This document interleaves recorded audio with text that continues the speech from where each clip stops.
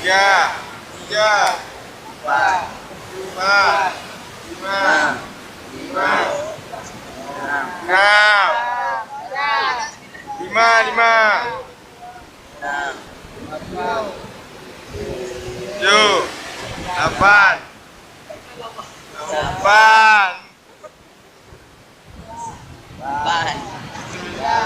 sembilan, sepuluh.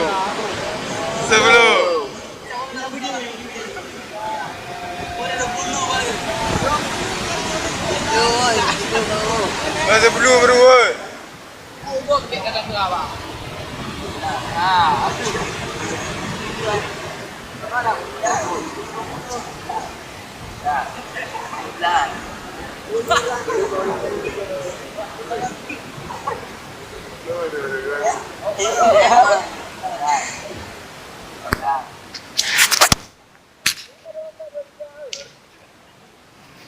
Dah apa tu?